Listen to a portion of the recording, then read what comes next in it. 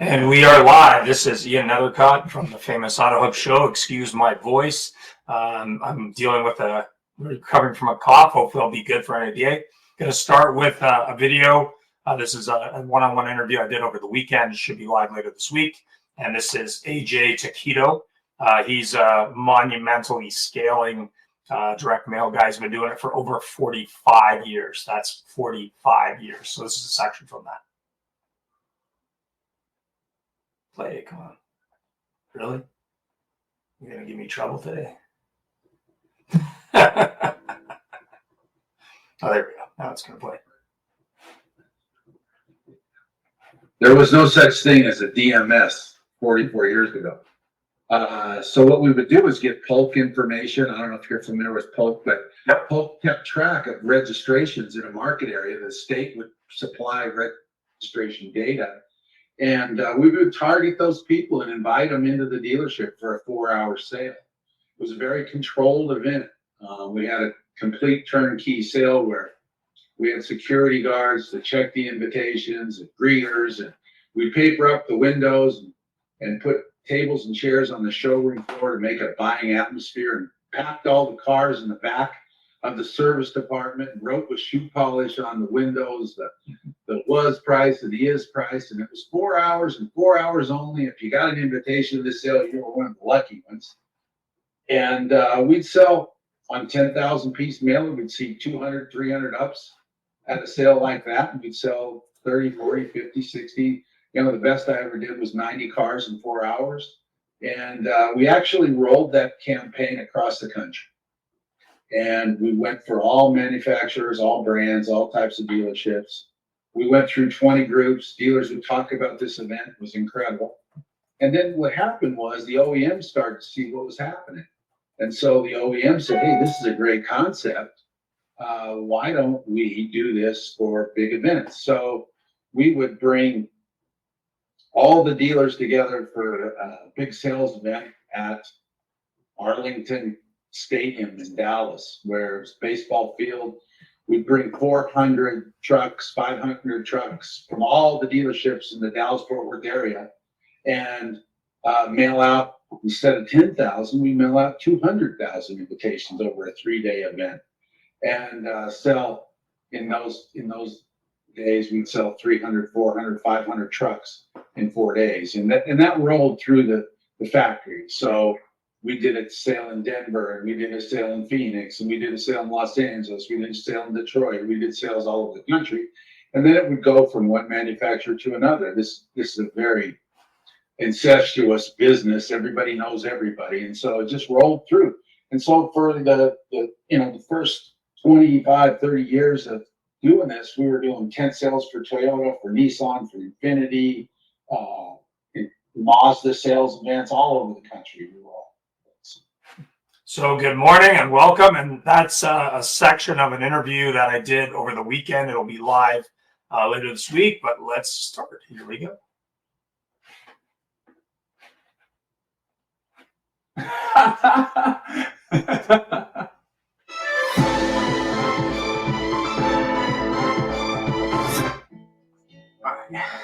Life is about connection. Having a support system to lean on. And roads to endless possibility.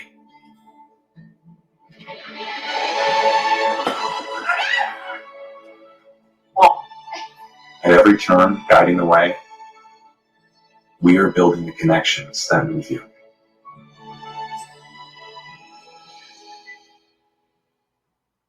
One of the really nice things about Larry, one of the reasons that we brought him to our dealership, is he's still very much aligned with our core values, so with our brand, which is thoughtful and professional service.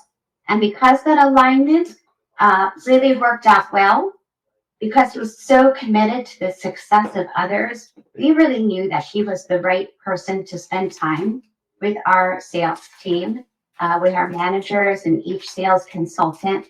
And we're just really thrilled to have a partnership with him. And so we thank him. How do you adventure? Is it fast? Is it free? Is it clear? Is it rugged? Is it remote? For your next adventure, trust MotorClose for buying, selling, trading, and protecting all of your motorized assets. Powered by Disclose Dealership Management Dashboard, your all-in-one DMS, CRM, menu, lead gen, inventory, staff, client, and deal management solution. Disclose DMD, like a DMS, only better. Mention promo code AutoHub 2025 to get special pricing, including waive setup costs, no contract, and your first month's free. Car dealers often underestimate the power of social media. Are you wondering why my face is plastered in your newsfeed? Are you a GM, dealer principal, or a manager at a car dealership wondering why you see me all the time on Facebook, Instagram, LinkedIn, TikTok, and all over social media? Well, that didn't happen by chance. I target car dealers that are in-market shoppers for social media services, and I'm going to do the exact same thing for you so that you target in-market shoppers for your brand of customers that purchase your vehicles. During my Viato days, helping car dealers appraise and price cars, everyone was asking me, what do I do on social media? What do I do with Facebook, Instagram, TikTok? And this was back in 2016. So here we are 10 years later. I started a company, became an entrepreneur, and now I help car dealers. They either outsource their social media needs to us, or we have a training and education center where we can teach all of your employees how to do social media in-house. 90% of consumers actually follow a business on Instagram. The average adult sits on TikTok for 2 hours a day in the rabbit hole. To learn more information about it or to get a demo from one of my sales associates, click the link below. We would absolutely love to help you. Good morning and welcome. So let's start. So we got lots of great guests today. I believe the first guest on this morning was Rebecca. So Rebecca, maybe you can tell us more about what you do and what you're all about. Go ahead. Well, good morning, everyone, and certainly a pleasure to be here on your show. And thank you again for the terrific invite, Ian. I appreciate it. Been in the automotive retail for a very long time, as much as 30 years. I can't believe it. It just seems like it just happened. But what I do is I provide dealers training from the time that customer touches down on the dealership website, working with sales folks in presentation negotiation, streamlining that event, that process, that workflow, and especially working on the desk, because we know that is the hub of where it all takes place. So how that aligns with our sales associates, but also what takes place in F&I. And of course, working with our F&I folks to perform at the highest level while at the same time limiting liability. So that's what I do, and that's what I bring to the table. Thank you again. I appreciate the invite. No problem. And if you wanted some subprime knowledge, definitely check out Rebecca's show on the Auto Show with our other good friend from the Maritimes, talking about Sell It Smart. You know who I'm talking about. So Barry, maybe you could tell us more about what you do. Barry is a former sponsor of the Auto Hub Show, now back in the retail side, but go ahead, Barry. Yeah, thanks for the invitation this morning, Ian. My name is Barry. I've been in the automotive industry for 30 some odd years, and like Rebecca, it's a little scary to say that number sometimes, but it's also it's a prideful number. I will say that. I wear it as a badge. Spent 25 years in retail, left for a few years, started a software company, and then have since sold that and moved back to retail. Love the retail side of the business. I am a GM at a major Metro Ford dealership here in Canada, and have had an opportunity to see what I probably falsely think is everything. But I know now today will deal me something that I haven't seen before and prove me wrong. But anyway, love the industry. That's what I do, and I've been on the show a little bit. I am a previous sponsor, as Ian mentioned, and I think there's a lot of worth and value on the show. So I'm glad to join this morning. Yeah, and thanks for the inspiration for the show, Barry. My brother and I were talking to Barry in store about onboarding in the automotive industry, and he has some definite knowledge and experience to drop on the show. And the famous Dancing Sandy's on today. So Sandy, maybe you could give us a catch up on what's going on with you, and go ahead and introduce yourself. Well, hi everybody, and Ian, thanks always for remembering me to bring me on the show. I'm happy to be here, and I also want to say to anybody that's in California or in and around LA, sending wishes for safety and health and an end to these terrible fires. I've been in automotive since 1998. I'm not going to count the years, but it's a lot of them too, right? So I'm happy to be here. With we'll call us the veterans, right? So the experience is important, and I love all things people. I am a certified HR professional. That could make me certifiably crazy, maybe a little bit, but I do love all things people, and part of what I do with Innovative Auto HR is help dealers. In particular, I work with dealers on the retail side, help them understand how to do exactly what we're going to be talking about today, right? Revolving around the EVP, the employee value proposition, because without one, you can't keep people. I try and keep my finger on the employment environment, and it's pretty interesting right now. So anyway, that's enough out of me. I want to hear from Brandy. All right, Brandy is a sponsor for 2025. Go ahead, Brandy. Yes, thank you. I'm super stoked for this panel. I'm really excited about this topic. 27 years as well for myself. I actually just hit 27 years of sitting in the finance office. So I have a unique resume in the way that I've gone on both the lending side as well as the dealership side. And then, of course, I've also done contract relief work for dealers. And this is just, this is so reflective of a bigger picture that does come to client experience, retention, etc. So super excited to be here as a silver sponsor. I was the creator of Motor Close and Disclose Technologies Corp. So Disclose is like a DMS, only better. We're a DMD is what we call ourselves. So we're an all-in-one platform. With that, we also created motorclose.com, which is a new third-party selling site coming to the market as well. So very excited about this topic, excited for this panel. I know Rebecca and I have crossed paths a few times. I've done a show or two with Barry, so happy to be here. Thank you. Thanks very much. And just in case you weren't aware, Kim is the other guest on that subprime show. Her name escaped me momentarily. So question number one, and I'll start with Barry on this. We all know onboarding and retention of staff can be a challenge in the car industry. What's the best way dealers can fix this challenge and turn it into an opportunity in 2025, in your opinion? Well, I think I've spent, I don't know, probably 10 years working on this process, but I think one of the things that we don't do a good job of is making people feel valued really quick. I've had situations that I've seen where people have sat in a reception lounge for 2 years or 2 hours because the manager got busy and into a meeting. They forgot they were there, and like it's just a catastrophe.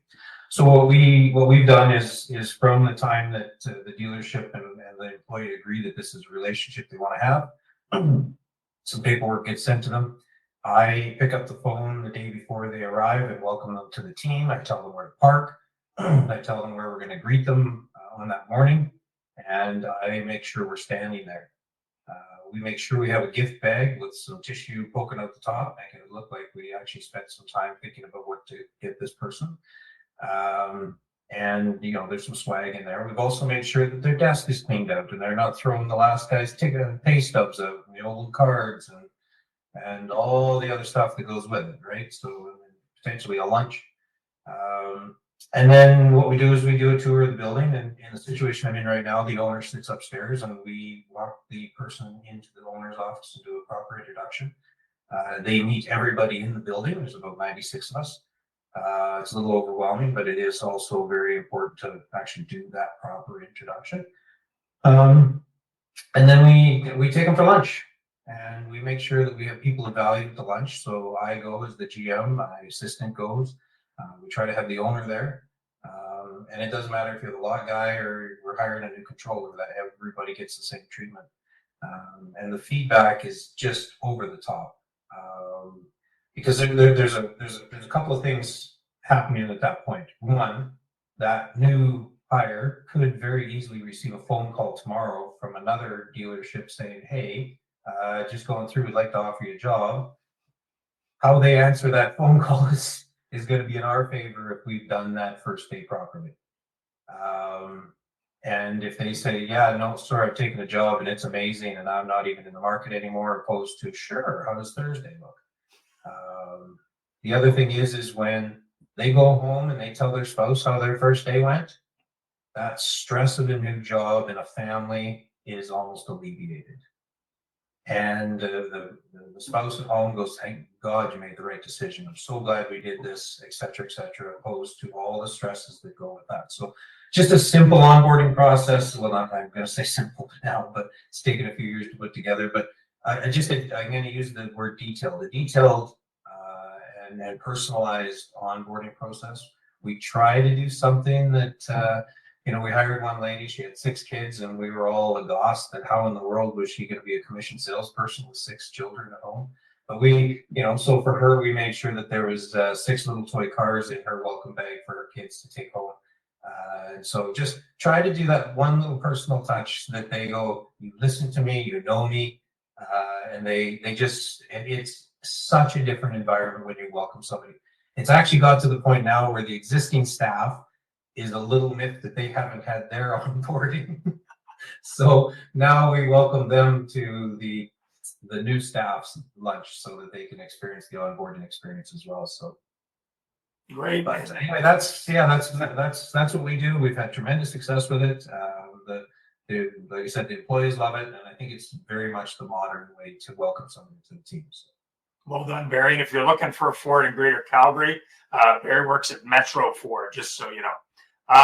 Sandy, what do you think of Barry's philosophy and his process? Well, I sent the celebration reactions, right? Because wow, one of the things I wrote down was that Barry picks up the phone and talks to his new hire the day before they're coming in. Make sure communication was all through there. Obviously, the process was set up, and you know what you're going to do and where the new hire is going to be handed off. And I love that Barry didn't talk about this as just sales or just technicians, right? Because I think that it's so important that every employee, support staff, accounting staff, the staff that we often forget about sometimes because they don't work in a profit center, they're deeply important to the foundation of what goes on as well, right? So there was no distinction. So I'm gonna take a wild guess and say that it sounds like everybody gets the same experience. The experience is what is so important. Of being welcomed, especially, those 6 cars. Also, kudos to you all for, you may be wondering how she's going to do it, but the decision is up to her to see how she's going to do it with 6 kids, right? We don't talk about those kinds of things. And ask, it's a valid thing to wonder, but anyway, so kudos to you for doing that, and especially putting that personalized thing in the welcome back, having a welcome back. I'm overwhelmed with just how awesome that is. If the whole process really, your question about that led into that was how can dealers make what we see happen often into an opportunity? Go back and replay what Barry just said. And here's the thing about opportunity. When we don't do anything, if you do 1 or 2 or 3 little things, that's a lot. It can make a big difference, right? And a person's first few days in any new job, in any industry, are vitally important, especially anyway. So I could go on talking about how great that was, Barry. Makes me want to come and move to Canada and work for you all. You'd be welcome anytime. Thank you. Remember that. Okay, I'm gonna call you like in the end of December and see if the Floridian wants to come up to Canada. It's cold here. Rebecca, what do you think? Rebecca, what do you think about how dealers can improve that process? Rebecca, he's calling on you. Poor Ian and his voice. Sorry. Thank you, because I Can't hear didn't me. hear it. Appreciate you, Sandy. But you know what? I got to tell you. Oh, look who it is. Hi, Larry. How are you, Becky? Long time no see. Great to see you, Larry. Great to see you. Yeah. So we were just talking about, you just missed it. I mean, to tell you, Barry, he was talking about what he does for onboarding, and it is absolutely terrific. And if dealers would just wrap their arms around just doing some of what he shared with us, it would make a big difference. You know, just that phone call, welcoming the individual to the store, and expectations, setting that expectation. But when they get into a dealership, can you imagine having a gift bag, a gift to give to the new employee, whether they be in sales, whether they be in service or in F&I? Unheard of. I would love to see something along those lines, and having a better understanding and expectation as to what's going to take place. So that way they have assurance that, you know what, I made a right decision. I made the right decision to come on board. You know, with No, wait a minute, Beck. But you're going against tried and true traditions where the new salesperson becomes an indentured servant and he can't get into the computer, and half the staff is hostile to him because they think you're competing with him. Can you imagine that, Larry? Seriously, can you imagine how, if it was thought out to have something of a celebration of this individual coming to the dealership? Imagine, Larry, if you will, just for a moment, think about it. The desk is actually cleaned out and ready. Becky, it's the classic CEO line that if you take great care of your employees, they'll take great care of your customers. And that, everybody talks culture, but the bottom line is, how many dealerships have sales service meetings? How many dealerships sit down with their salespeople one-on-one, or have meetings? But I don't know how long Barry, you've been around, but I used to go to Saturday morning meetings. I guess Ian did too, where you were so demoralized. You were like down to like a one-cell paramecium. And when you were beat to death, they said, all right, go out and sell some cars. Hopefully most of those dealers aren't around anymore. Oh. You, sir, are an optimist. Well, and I just think our industry settled into mediocrity for a little bit too long. And I watched a video one time of a company onboarding somebody, and what they did is they went into an office, of course, did all the paperwork, and when they came out, it was a marketing company, a major metropolitan marketing company somewhere.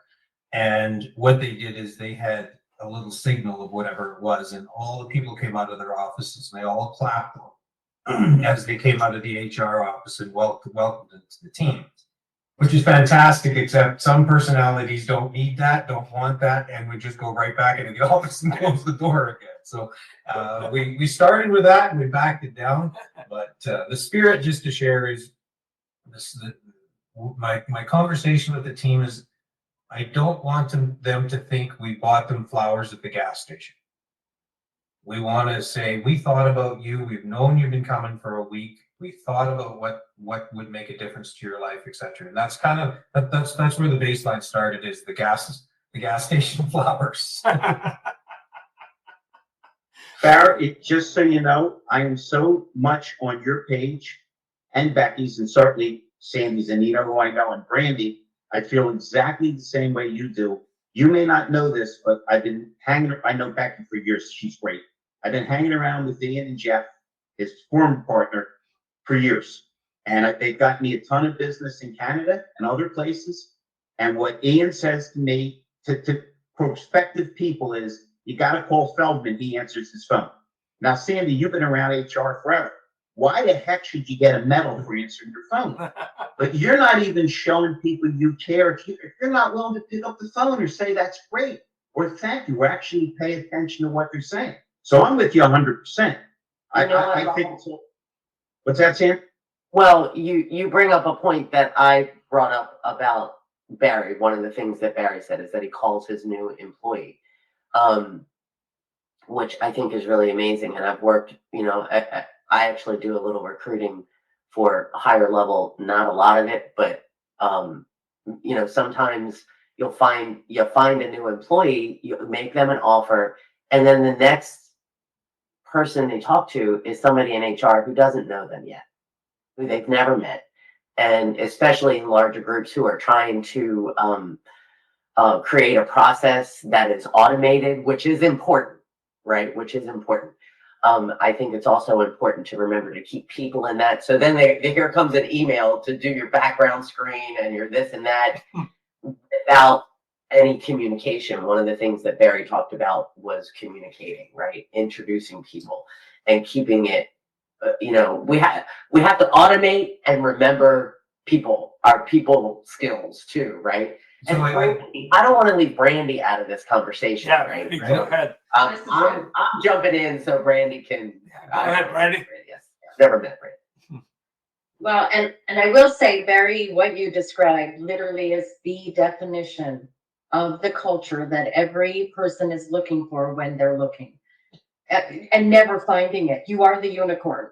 I had a similar experience when I was at Mercedes, and of course you think, okay, it's Mercedes. The rest of it lagged in what my expectations were, but it was what the GM did.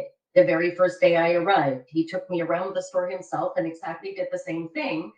He profiled people in a way that was important to my position as well. So coming up to them, he described what they do, but beyond what their position was. He described who they are and what their strengths were in a way that it was like, hey, this guy's going to help you get this, and this done. You can depend on him for these items, etc. And to me, that was game changing, because going to most stores, you don't get an intro, you don't get a tour around the dealership. You're finding your way yourself. And as resourceful as I can be, that was impressionable to me, because never before and never after that Mercedes experience did I ever see that ever again.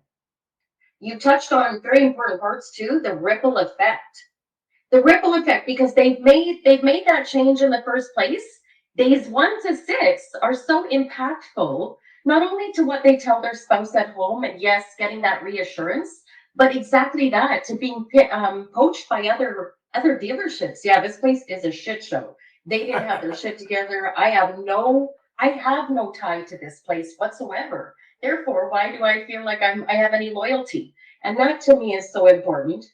Coming down to the basics as well, and also profiling the person before the position. I came from a time where I had little to no education, and for the first 3 years of my experience, I doubled my income. And so for me, for that is such an important thing to be like, exactly that. The mom with 6 kids, the this, the that. You kind of went beyond what somebody looks like on paper rather than what they will pull. Because I'll tell you, the best salespeople have the biggest spices. And if that's 3 kids, they are going to hustle like nobody else will. And so, yeah, kudos to you on everything. Yeah, I've never been more impressed with an onboarding. I don't blame the rest of the staff for actually wanting in on that action, but that also just shows you what you'll get from them as well. It really is. And I'm not, thank you for the kind words. That's not why I joined, but the other thing, Sandy, to follow up on your comment about the automation, what we do at the time of hire is we actually send out a calendar invite for 30, 60, 80 days. So that we actually are able to say 30 days, make sure the attendance is right, make sure everything is good, 60 days, make sure, and then in 80 days, are we keeping this person permanent? so that we're not 91 days going, I think we're going to say goodbye. Because that was the other thing we kept running into in the industry is somebody would finally get frustrated enough to say something. It's like, well, that was about a month ago. So with the automation, it is very important to your point, because there are legalities and very important things that we have to do.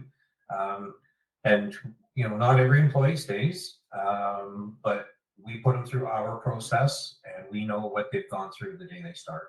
So Barry, I had a question written down because onboarding technically can last up to 18 months. Yeah. Right? Because the purpose of onboarding is really to bring a new hire into your culture, communicate everything, and help them be reach maximum productivity as quickly as possible. So it's not, bring them in on that first day. And I had a question for you, like, I'm wondering, what do you all do after? And holy schmoly, there you go. You just did it. It makes a difference. The thing that I find most amazing, and for some people it'll make a difference, some it won't, but is if I go for an onboarding lunch, I've already called them once, and I can reference that. I'm usually the one that hands them the bag and says, here's a gift from the team to you, all the different little nuances. But I will have an apprentice technician come into my office 3 weeks later saying, hey, I got a quick question for you. And there's no barrier at all to them because we've had lunch together. They know, and I'm a very open door person, but like literally we'll pop in and saying, hey, who do I ask about this? And we have that connection from top to bottom. It really is. It feels really good. That's really important too, I think, right? Because you're the GM of the store. Yeah. So, in the store, you're the top guy or you're the top person. And so being able to have that personal type of communication is pretty amazing at your level. And I'm super, super impressed. Jimmy, it's more at his level because if he doesn't set that in motion, what flows down is something negative, right? If we see a manager behave a certain way, it's really hard to get salespeople to behave a different way. Yep. Absolutely. And what I think is so great about this is that, because I don't know about the rest of you all, I am tired of talking about the problem. So I'm excited to be sitting here talking about the solution. Randy? Yeah, no, thank you. And so many things I agree with, but especially, and you guys can tell me what you think, Barry, do you almost feel like you had to leave and come back to say, oh my God, I already know what I would change if I went back to that seat. I did this so often in my career. I would be a finance manager, then I would go work for a bank. And every time I'd be with the bank, I would do my rounds and I'd get all this awesome intel. And then I'd be like, you just wait till I sit back in that seat, what I would do with it. And I almost feel like that really is, people have to take that step back. You can get so buried deep in that day to day where you're not hitting it with new eyes to say, hey, this is what has to change. This guy does it wrong. 90% of the stores I see do it like this. If we made these minor tweaks, and I'm curious if you actually have to step out and re-step back in for that to actually hit home.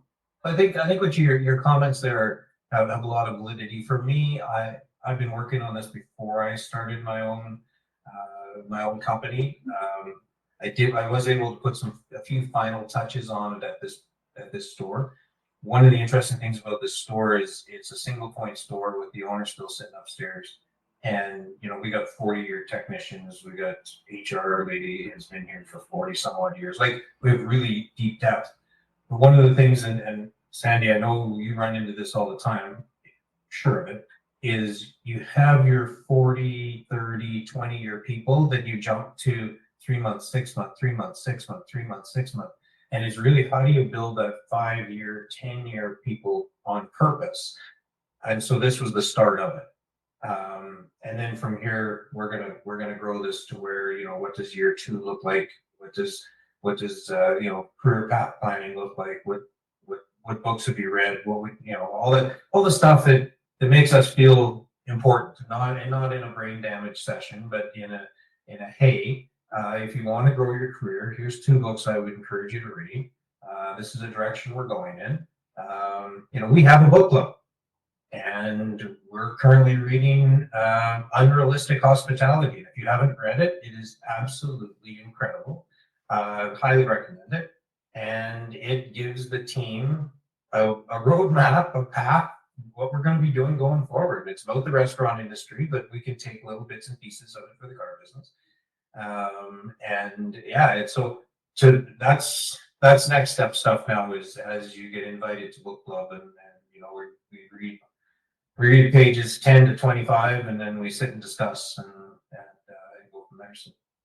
Excellent. So, There was a question from LinkedIn. I just wanted to point out just to make okay, sure. sorry. How do dealers retain salespeople during a down market and low demand? How do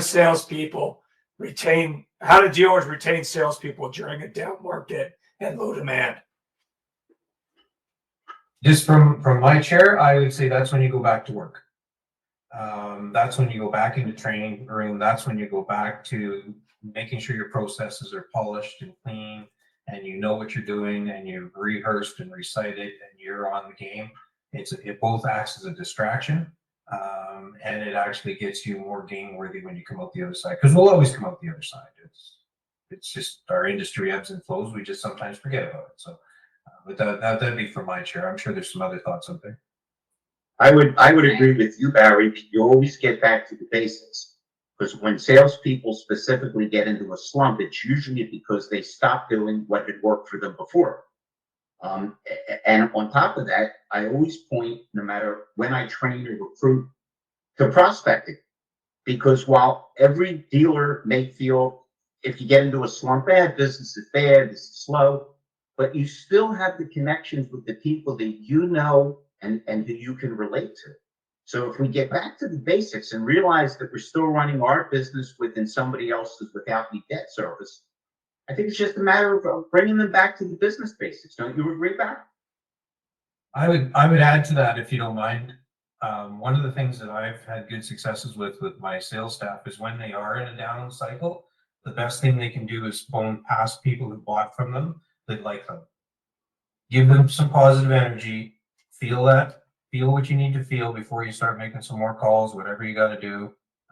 Make 10 out of 10 cold calls and phone 2 people that love you. And that'll keep you alive and keep you going. And so if you're in a down market, you just phone all your past customers. How's your vehicle? How do you love it? Oh, I still love it. You still there? I can't believe you're still there. Yeah. And you get a little pump from that, right? And then sometimes we have to slap up that vein and go to work. Hey, Becky, you used to use a cattle prod, didn't you? Just try to get their attention. Just want to see if you're paying attention, Becky. Paying attention. Good. I think it's important to ask also, what are you losing people to, though, as well? Are you losing them to a competing store down the street? Then it's probably culture and promises made. If you're losing people to other industries, then you have to look at those industries and what are they doing to get the people in the first place. One example, RBC, when I worked for RBC, and this was so under promoted, is that they had a program called the RBC Advantage. And what it did was it came into a dealership. You didn't even have to be flooring with them. They would come into the dealership. They'd send a specialist who would help the HR department show you how to create an RRSP program. So they would, and it could be if dealer actual contribution was anywhere from 0 to 100%. So the dealer could say, hey, listen, part of our actual onboarding is you get a specialized RSP management consultant. We can take money right off your check. You need any questions answered, they're there to answer every and all question on all the investments, etc. And then also by year 2, guess what? We're going to contribute 10% for you. By year 3, we're going to contribute 20% for you. So what are you doing to give back to staff now, as well as one of the biggest things, rather than looking at what your competitor is doing and what they're paying for the actual position, start paying what the position's worth and what you're losing it to. Brandy, that's a great Absolutely. point. Sandy, you had a comment? Well, I think that, part of what Brandy, I feel like, was talking about is what the value proposition is for any hire, right? For any of our employees to get, it's the same thing as sales, right? Except now, when we're talking about people, your customer is now your internal customers, right? And if we just employ the same amazing skills we have for external customers, employ that same stuff, we'd be a lot better off. But to build your EVP, your employee value proposition, you need to have to offer to this very interesting workforce, which at times can have 5 generations in talk about diversity. We've got generational diversity, deep generational diversity, right? So your value proposition has to be something that's going to attract all of them. And I think like investments and 401k and ways for people to save attracts all people, right? Especially, maybe surprisingly, but like Gen Z, they're super focused on practical things, right? We have to remember what this generation watched their parents lose a lot in 2007 and 8, right? And so they're very focused on how they can be safe in a world where lots of times they can't even afford their own apartment, right? Without living communally right now. Anyway. So building that value proposition is something that I help organizations figure out how to do. Figure out what you got, figure out what you need to get, and then how to communicate that, right? And Barry, once again, you get like the gold star, 5 gold stars in this show today. You're being too kind now. It's just the truth, right? Because I feel like your store is really communicating what the value proposition is. And to the Mike Moran, I think, is the gentleman who posted on LinkedIn that question about keeping salespeople in a market that's really hard, or it can be hard, especially coming out of the last few years, is when we had the chip shortage during COVID and all of that, when people didn't actually have to work so hard anymore, right? Because there were people standing in the line paying way over. It was crazy. And maybe some of those sales skills were lost, right? So keep training. But I would say do all that stuff anyway in any market, and make sure what you've told the new employees, what you told them to get them to come, right, and work for you, is actually true and authentic, and that they're receiving that, right? And we actually have a phrase that says, "Just do what you say you do." Right. It doesn't really get any simpler than that. It's got to be authentic. Right. The value proposition has to be authentic.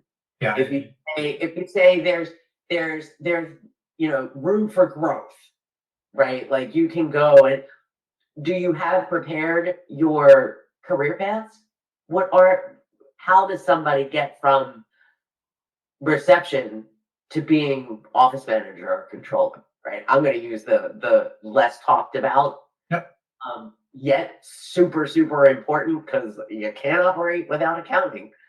Some of my favorite people in the dealership and retail were actually were the lot people, detail people in the back of the house. When I worked. Well, to bring some focus on that, Sandy, we talk about this a fair bit. Is if I don't show up one day, the building might not even know. But if receptionist is 20 minutes late, the whole thing's on fire. So let's use that as an establishment of who's more important. That's hilarious. Right? Lot guy doesn't show up, everybody doesn't know what to do. Barry, that's very humble and very unlike most GMs to approach that way, just so we're clear. So Larry, where do you find people, Larry, in 2025? How do you find these people that Barry and everybody else needs? Barry, I don't know if Ian told you, at a training recruiting company for the last 12 years. I find all kinds of service personnel, office personnel, sales. I think the key, and Barry, you'll appreciate this, is I just make things very simple. I make it very easy for them to communicate. If you read most ads, I should be very grateful because whoever's writing them, it's almost like in big block letters. Here's why we're not going to hire you. Don't bother us. They're too long. They're too complicated. So I just put out simple ads, and make it easy for me to be reached, or my people to be reached. And then I'm expeditious about doing it. I met Sandy through Ian, but I met Rebecca and Brandy over forums like this. And I reached out, and I think I can humbly say that I'm really good friends with Becky, and I've become really good friends with Brandy. I didn't do anything special. I reached out, they reached out back, and all of a sudden we were sparking along. The magical thing you said earlier is it's communication. It's all about communicating. The reason onboarding goes so wrong is people advertise for what they don't want. They don't ask the right questions. That the interviewees don't understand what it is that they're looking for. But if you can clearly lay out, this is what we want, this is what's expected, this is what you can accomplish if you work with us, and by the way, we're going to have your back. It's really not that complicated. The only problem I have now, which I think anybody that recruits does, is the nature of people is a little different than it was maybe 30 or 40 years ago. They're a little more arbitrary, and you mentioned the 30 and 40-year employees, they're a lot less common these days than the person that's had 5 jobs in 1 year. And the crazy thing is my dealership that I own was in a neighborhood that was basically built on special finance because it was in a poor neighborhood. And one of the ways we got paper hung, Becky, you'll appreciate this, is I'd say, look, I know the credit's a little bad, but the guy's been on his job 9 years. And that would push it through. We should have a heck of a time doing that because 5 jobs in 2 years now, we all see it all the time. So I think it's just a matter of putting out there exactly what you're trying to accomplish.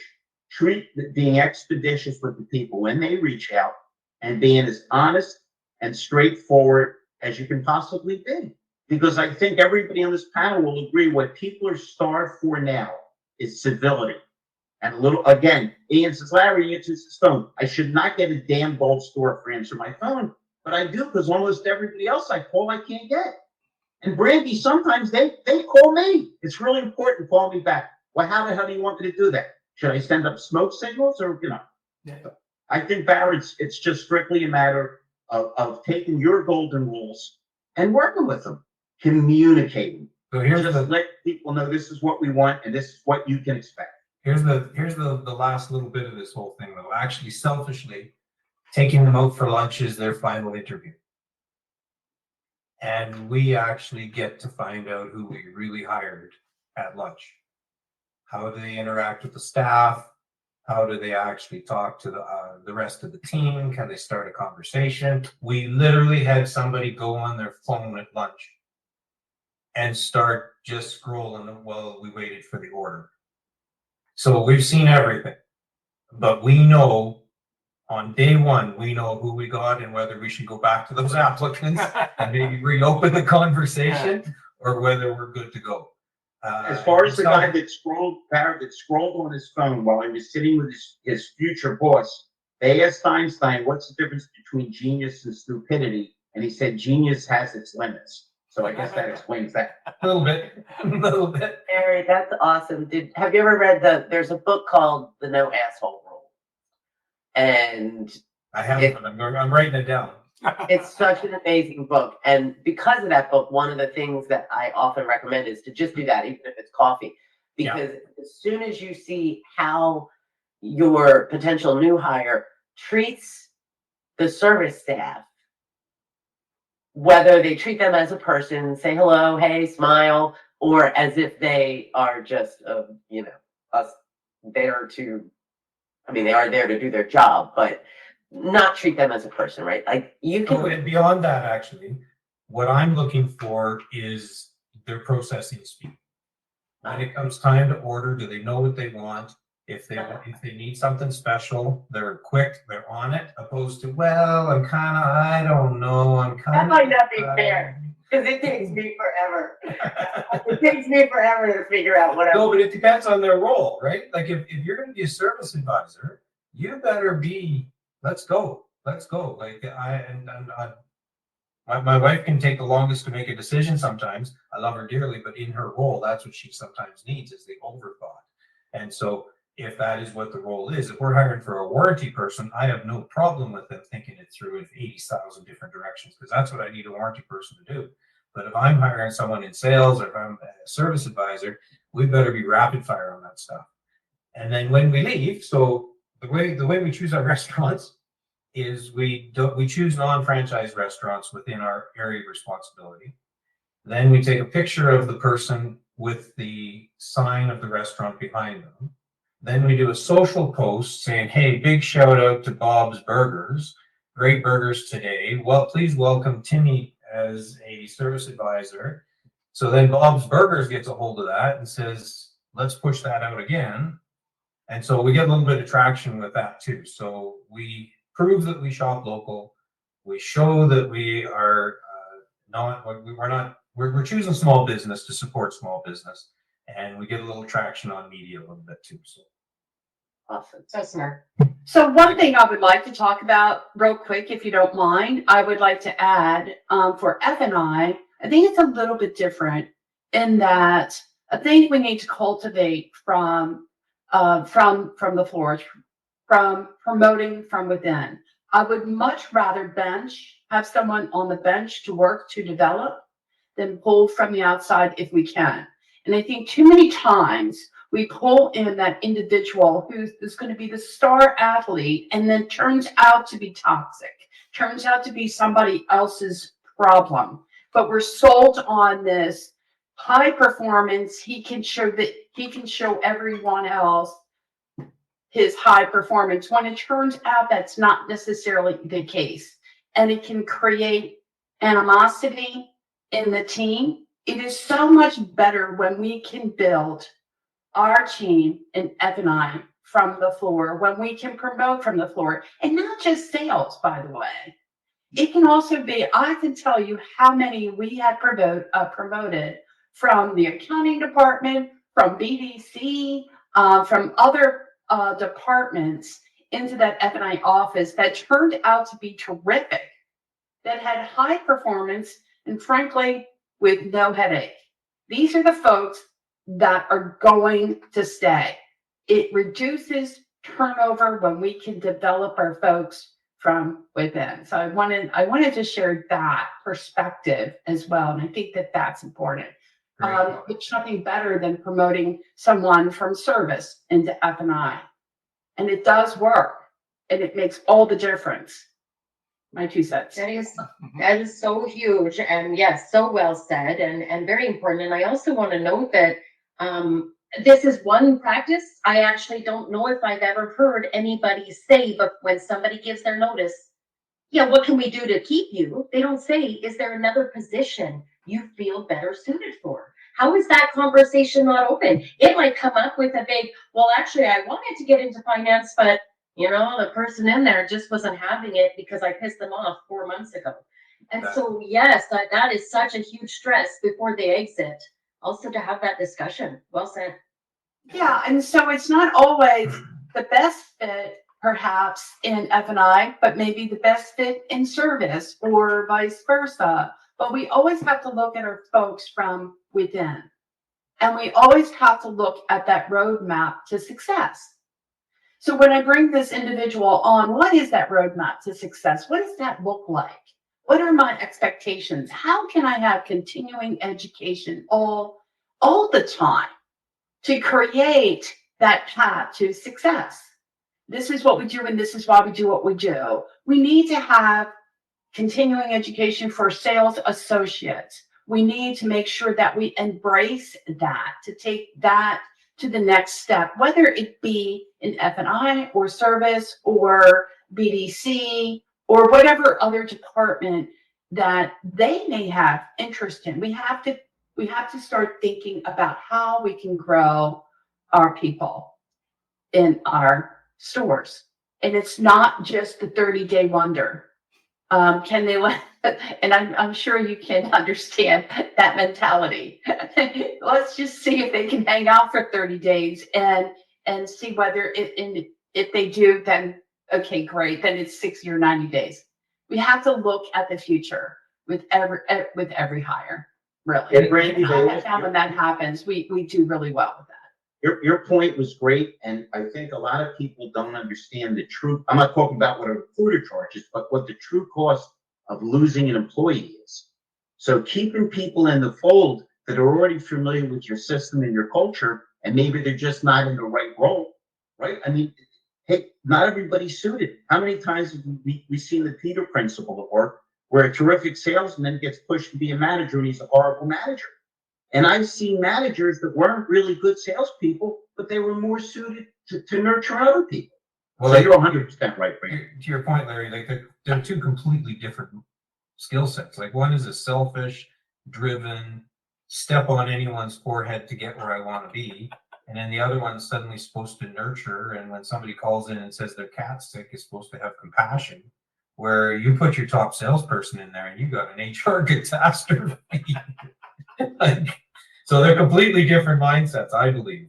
And one of the things I struggle to agree with kind of everybody here is we, as much as we want to hire from within, sometimes we should step out and actually get the skill set we actually need, not necessarily the years of experience. You know, because we are a terrible industry for going out and hiring somebody from the restaurant industry to manage a sales team, which is what maybe it should be. Not necessarily, oh, well, you've been here the longest and sold the most cars, you get to be a manager. But anyway, that's a whole other topic. So Barry, how do we start? How does a dealer start? How does a dealer start building this process? I'm gonna keep it quick, just looking at the time.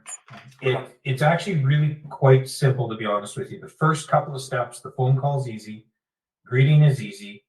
Having a little gift bag, I go to Michael's, I buy a gift bag and some tissue. The morning of the onboard, I walk through the parts department and I say, what's not selling? And I grab a mug and a t-shirt and I put it in a bag and I stuff it. We have some pre-signed cards that say welcome in about 6 different languages. We made them up ourselves. It gets sat on a spot in my office so that anyone who's walking the person around, they can just reach in and grab the bag and say, here, this is a gift from the team. And then you go for lunch. And honestly, if you start there and then build it towards your own culture, I don't think it gets any simpler than that. It doesn't have to be a carbon copy rubber stamp. It just is, start with those 3 or 4 items and then build it to what your culture actually is. That would be my feedback here. And sensitive to time, final thoughts from everybody. Let's start with Sandy. Go ahead. So, Ian, thanks for having me and a really great conversation. I'm going to answer your questions that you put in the chat real fast. One, why do I think that dealers not really focus so much on retention is because they don't really realize how much money they're spending for hiring. And my challenge is, I do a workshop for this. My challenge is for recruiters, for anything, is figure that number out, multiply it by the number of hires you've had over the last year. And that's real, actual money. Anyway, where I think dealers should start. We have a need for recruiters. I do some recruiting. Larry has a wonderful business. Every single organization, whatever number of employees you have, that's how many recruiters internally you have. If your current employees are not telling their family and friends to come and work for you, you need to start out why. You need to find out why and start there. That's all. Becky? I was. You got 3 of us that end in an E though, hey? Larry, Becky. I'm gonna let Brandy. You go ahead and take it. Okay, I will just say, of course, I totally agree with everything everybody says. Think outside the box. Maybe revisit pay. Don't do what everybody else is doing. Definitely not. It's not working for them either. Start thinking about what you need to attract and why you would come and work for you as well. You ask yourself those questions, and I'm sure you'll answer. You'll find your answer. Larry? Larry? I got it. First of all, it's really great to see everybody. And it's really, to me, it's simple. Treat the people that work with you like you want them to treat your customers, like you're really glad they're here, that you're interested in a long-term relationship. And just make it happen. You know, a smile here and there, a little thought, taking people out to lunch, occasionally pulling them into the office and saying, how you doing? Anything I can do to help, I really appreciate it. But it was really nice to see everybody. And between all of us, hey, maybe we can make a dent in some of the craziness around the sun. So I will If end nothing it. I else- will say thank you again for the invite, Larry. It's great to see you, and hopefully we can catch up soon. It's been too long since we had a great Why don't conversation. we take Ian out to lunch and we'll bring some throat lozenges? It sounds like that would really be a mission of mercy this morning. I think so too. I think that's he could certainly use that. But again, I think it's really important that as a GM and as Barry mentioned, I think we need to be out and about and be visible. I think managers got to get off the desk. They've got to be out. They've got to be on the floor. They've got to be interactive, and everyone has to be in unison and be there for the team. Be there for the team, not just for sales, but for everyone. That impacts and especially with that communication and how important that is, and just letting people know, hey, I care. That's it. I love this. Thank you. Thanks, Ian. Thanks. Have a good week.